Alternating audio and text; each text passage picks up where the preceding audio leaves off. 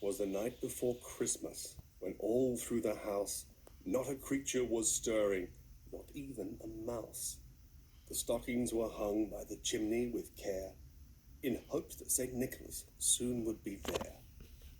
The children were nestled all snug in their beds, while visions of sugar plums danced in their heads.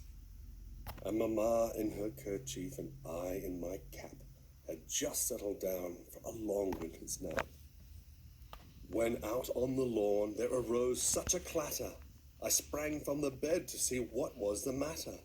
Away to the window I flew like a flash, tore open the shutters and threw up the sash. The moon on the breast of the new-fallen snow gave the luster of midday to objects below, when what to my wondering eyes should appear but a miniature sleigh and 8 tiny reindeer. With a little old driver so lively and quick, I knew in a moment it must be Saint Nick. More rapid than eagles his coursers they came, and he whistled and shouted and called them by name. Now Dasher, now Dancer, now Prancer and Vixen, on Comet, on Cupid, on Donder and Blitzen, to the top of the porch, to the top of the wall. Now dash away, dash away, dash away all. As dry leaves that before the wild hurricane fly, when they meet with an obstacle, mount to the sky. So up to the housetop the coursers they flew, with the sleigh full of toys, and St. Nicholas too. And then, in a twinkling, I heard on the roof the prancing and pawing of each little hoof. As I drew in my head and was turning around, down the chimney St. Nicholas came with a bound.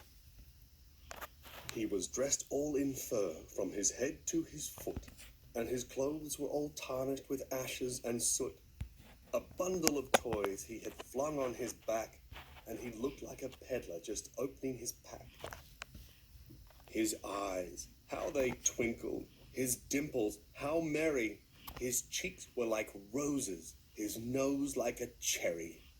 His droll little mouth was drawn up like a bow, and the beard of his chin was as white as the snow. The stump of his pipe he held tight in his teeth, and the smoke, it encircled his head like a wreath.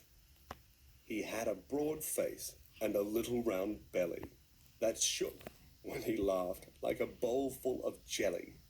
He was chubby and plump, a right jolly old elf, and I laughed when I saw him in spite of myself.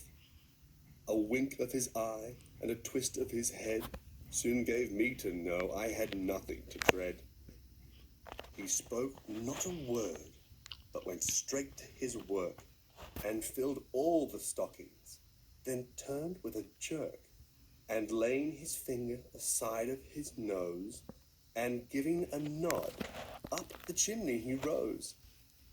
He sprang to his sleigh, to his team gave a whistle, and away they all flew like the down of a thistle. But I heard him exclaim, as he drove out of sight, "Happy Christmas to all, and to all a good night."